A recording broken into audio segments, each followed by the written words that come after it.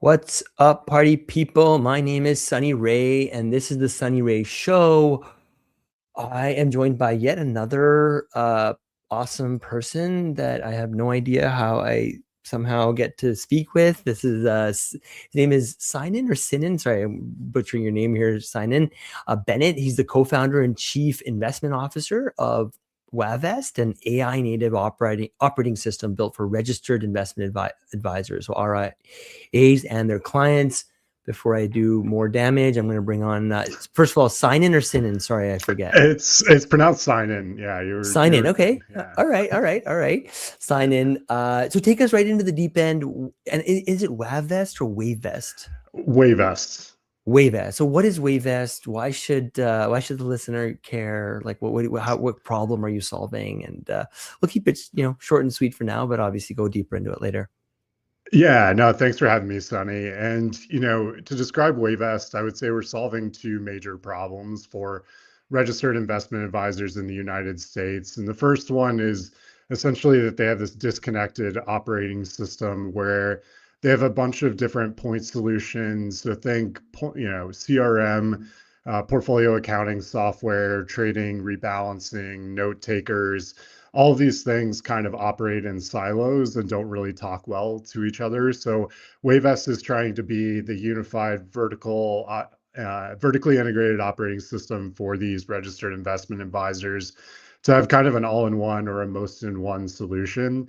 And the second problem we're solving for is that most registered investment advisors have an older age of clients and they're not necessarily good at targeting the younger cohorts. So think millennial Gen Z clients. A lot of those people are going to direct to consumer fintech apps because it's a better user experience and they don't necessarily want to use their parents' advisors. So I think finding, a digital way for advisors to connect better with those next gen clients is both better for them, as a business sustainability endeavor and, just to, have more market share as well. Oh, that's super. That's interesting, and yeah, excited to kind of dig in. You know, Simon, one of my favorite things is to kind of just go back and learn about kind of the founder and where they're coming from and why they're building what they're building. So you went from Navy submarine officer to J.P. Morgan private bank. Like, what carried over from the sub into finance? Yeah, I would say, obviously not a ton because, on the submarine, is more engineering heavy. And, I think from that perspective, none of the engineering skills translated into finance, but, the attention to detail, dealing with lots of people and, navigating interpersonal relationships, all of those things still carry over. But I was always interested in finance, I was always interested in the markets and, kind of, what makes, different stocks or asset classes move in different directions. And so, as I was, executing my transition out of the military, I was going to business school and trying to decide what to do next. And it just kind of worked out where, there was a private banker in the JP Morgan office in Chicago who used to be in the Navy as well, who went to the same business school I went to, and we just kind of hit it off. And luckily he recruited me and gave me a job offer and an internship and all of that. So it was kind of a seamless transition from the Navy to the private bank, but there was definitely a steep learning curve there from going from nuclear engineering to finance role. So Very cool. So, inside of like a best in class big bank, like what inefficiency in KYC and account opening, I guess, like frustrated you the most? yeah, there was a lot. I mean, I think, obviously JP Morgan is a great institution. They have one of the biggest private banks in the world, if not the biggest, and it's, voted best in class. But I think what kind of shocked me is that for something that was considered best in class, completing KYC, account opening, funding, trading, and rebalancing, all of those things, on a direct to consumer fintech app take you 5 or 10 minutes. And, at JP Morgan, it would still take us 2 to 3 weeks. And so, even just basic customer service items like, updating beneficiaries and things you don't really think about, I mean, you can do those in a matter of minutes in any fintech app. And so I think seeing that those inefficiencies existed, not only at a big bank, but also at registered investment advisors, we knew there was a lot of white space to kind of go out and create Wavvest. Interesting. Interesting. So, DTC fintechs open and fund accounts in minutes, like you said, right? So why does the same process take weeks at a big bank? I think the biggest part is the custody infrastructure. So we're built on top of Apex FinTech solutions, and they've kind of powered most of the direct-to-consumer fintechs out there. So, Robinhood was originally on Apex, and they were kind of the first ones to do that instant KYC account opening, fractional trading, all of those things that you kind of assume are table stakes these days. And so I think for a lot of the big banks, they're running on legacy infrastructure that was built, decade or decades ago. And you can't just rip and replace that easily. I think, Apex was kind of the first to do it. And then I think other people have followed suit. But it does require a lot of these newer custodians to almost rip it down to the studs so they can start fresh, which is really hard, when you have legacy financial rails. If you think of everything that our system runs on, it's not, the underlying technology is decades old. Yeah, that makes a lot of sense. And what was the exact moment you decided to leave that kind of stable bank career and build Wavvest? Yeah, I think it was just realizing, obviously great institution, but, not wanting to be necessarily a cog in the machine of a big bank long term, again, not throwing shade at JP Morgan at all. It's a great institution, but I do think that ultimately I knew, I had to cut ties sooner rather than later. And the longer I waited, the harder it was going to become to kind of, rip up the roots and try something new. So I met my co-founder at the private bank, so Brendan King, and I think we had a good working relationship there, and I knew he was very talented and capable.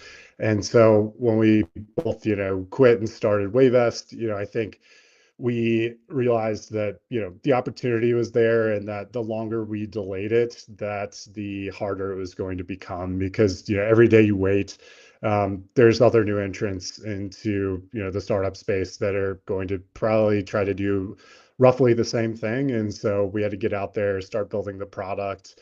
And also I just knew I didn't want to live with any regrets. Like I wanted to get out there and you know, throw our hat in the ring and give it a shot. And, I think, you can never, don't want to wake up someday and wonder what if. And so I'm really glad I made the shift. And, it's been probably one of the best decisions I've ever made.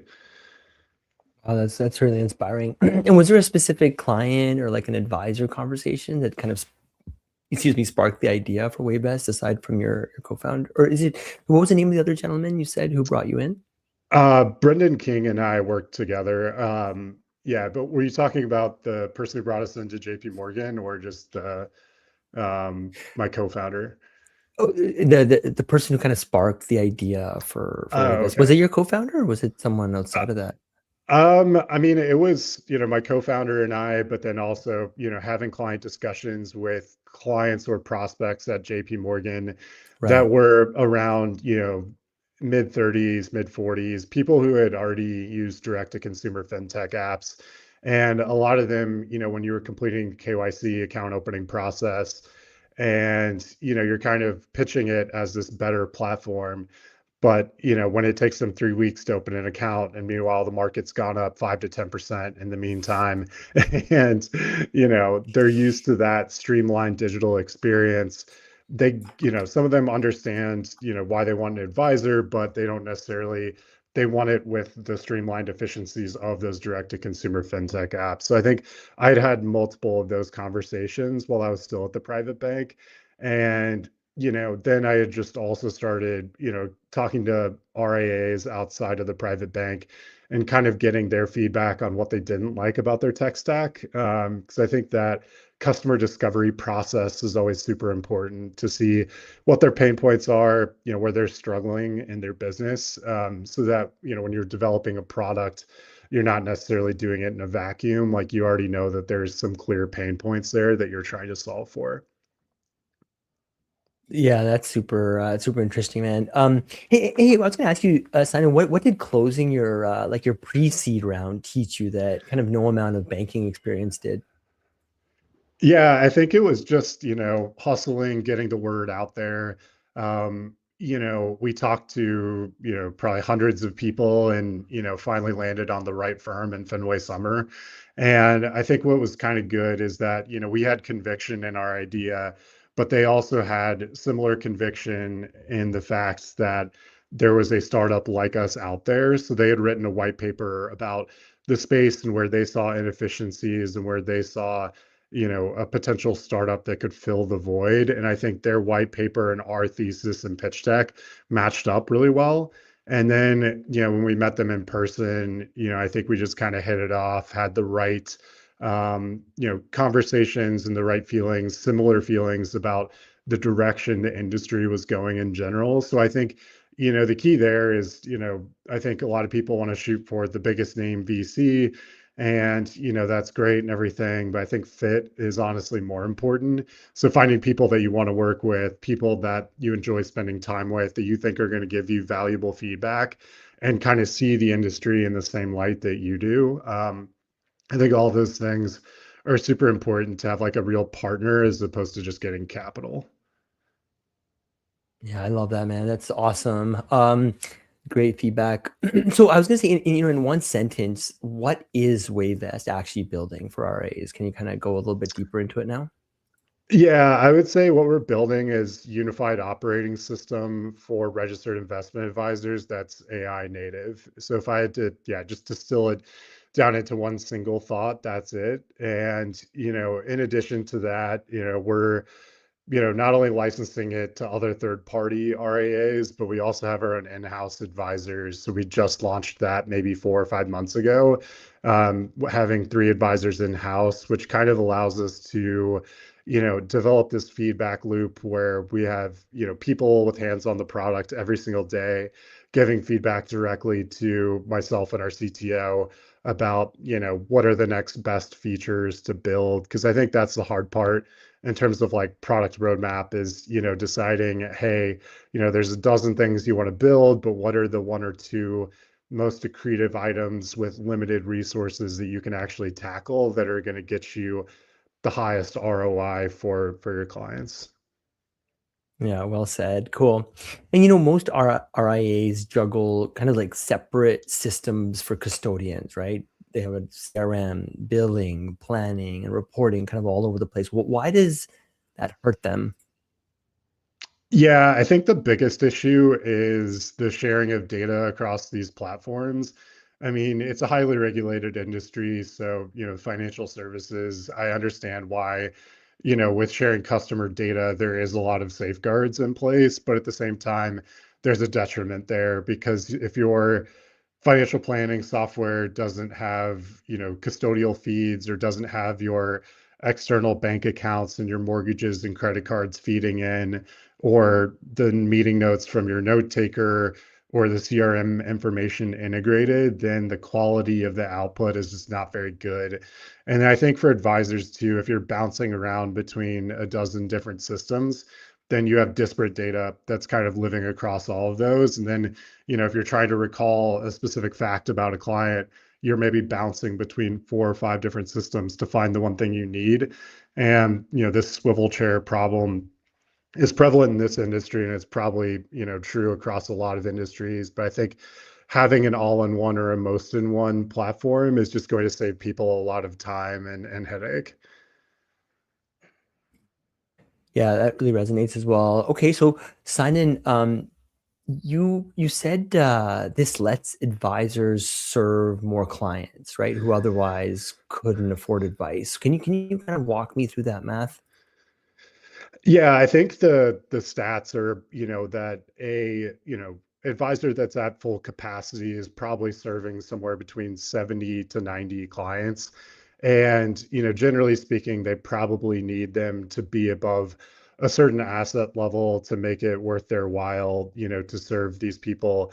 And so I think, if you want to make financial advice more accessible to more people, obviously there's the direct to consumer fintech route, which doesn't really include an advisor, and that can be okay. But I think that, for the people that want advice from a human to augment what they're already getting, you do need to increase advisor capacity.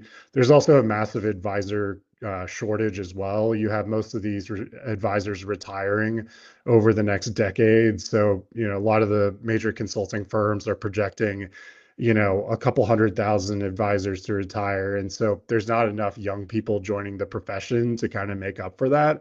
And so I think if you can increase advisor capacity from 70 or 90 clients to 110, 120, it allows them to give advice, probably to more people that need it, that, don't have millions and millions of dollars. So I think broadly increasing it for more people or just making it more accessible. Like, obviously not every person needs an advisor, but I think just making it more, yeah, broadly accessible is better for more people. And you and your co-founders do all your own outreach, right? So what have you learned about selling to RIAs directly? Yeah, I mean, it's a tough space to sell into. I think for the larger firms, they move at a slow pace. I think part of that is the regulatory landscape. I mean, I think, a lot of these firms that, let's say you're a bigger bank or a bigger RIA with billions and billions of dollars, you kind of, probably want to see, a company at least at a Series A, or, deeper into their journey as a company, more mature. So, I think most of our adoption has been a lot of the smaller solo firms where, it's a person maybe working out of their house or a small office, or there's two or three people kind of working in a small office together to get that initial adoption. But I think the key is just, persistence. I think a lot of people, if they do outreach or cold outreach, they are not doing it at the volume or scale that you would need to do to actually have success. Because if you think about it, let's say you're getting a 1 or 2% hit rate, that means you need to reach out to thousands and thousands of people to make it worth your while. So I think, doing it across multiple channels, whether that's email, phone call, LinkedIn, even writing a personal letter, going to industry conferences. I think at the beginning of any company, it's going to be founder-led sales. And then once you get closer to product market fit, then you can pour more marketing dollars and things like that onto the fire so that, you can really grow and scale the business and then potentially even outsource some of that sales. But I think it is definitely something that, most people will quit before they really see the ROI from it. Yeah. And what's the single biggest kind of like bottleneck standing between Wavvest and the next, let's say, 100 RIAs? Yeah, I would say, part of it's the product, continuing to develop it, make it better, add the right features and connections that are going to be accretive for the RIA clients. And then I would say, the other part is, capacity constraints. So, I mentioned that we do a lot of founder-led outreach, but, obviously we're pulled in a lot of different directions, whether that's operations, fundraising, doing all the blocking and tackling that is involved with running a business, whether that's insurance, accounting, HR, all the non-sexy stuff that, like, sucks up a lot of time but isn't as accretive as doing sales. So I think, it's managing our time efficiently and trying to get the word out there as quickly as possible, and then also just educating clients and prospects on, what we're doing and why it fits into, their existing operations. Interesting. Interesting. Cool. You said something that stuck with me, right? So you said most founders fail at outreach because they don't do it at the volume it actually takes, right? Were you mentioning this? So if you go back to day one of Wavvest, like what's the one thing you'd like systemize or automate first so that you and, Brendan could spend less time grinding outreach and, and just more time building? Yeah, I mean, we actually did automate outreach at the beginning, but one thing we discovered was that, you know, if you automate it too much, there is, a lot of spam filters out there. So, you might get caught in spam. Also it's very easy for people to kind of suss out when it is just a copy and paste email as opposed to something that you've customized a little bit. And so I think, yes, you want to automate it to a certain extent, but sometimes, writing a shorter email that's truly written from you and not from AI. I think there is definitely the case of AI slop out there where everyone gets an AI message and it immediately goes to your trash or your spam filters. So I think trying to be targeted enough, Hmm. automate some of it, but I do think that that can also lead to negative consequences as well. Yeah, I love that. So I guess like automation with a human touch. Okay, so last one, sign in. Can you paint me the picture 5 years out? Like if Wavvest wins, like what does the average person's kind of experience with financial advice look like? And what would make you say this was all worth it? Yeah, I think it's just, like I said before, trying to reach more people and give them access to financial advice at a scale and a service level that's, kind of marrying the best of both worlds. Like I talked about direct to consumer fintechs and how they're a lot easier to use. And then, on the advisor side, the right advisor that actually knows your situation that can give you, truly custom advice is going to be great. So if we can marry the two, where people have a great experience, you're able to reach more people. In a perfect world, we're in every household in America, but realistically speaking, if we can get to, billions of dollars in AUM servicing thousands or tens of thousands of clients, I would consider that a huge success.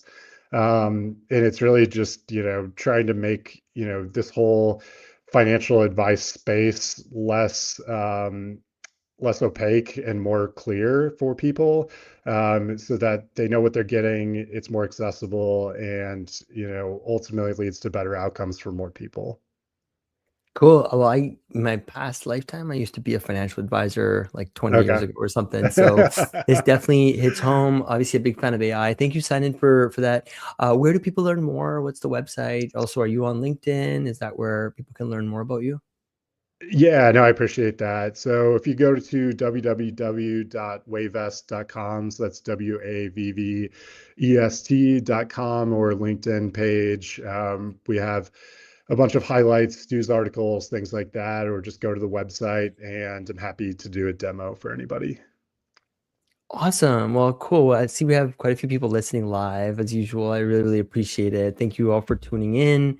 Sign in if that's all. I'll bring this stream to an end and yeah, and I'll see you on the other side. So maybe just hang out for 1 minute. And thank you all for tuning in. Until next time. Cheers.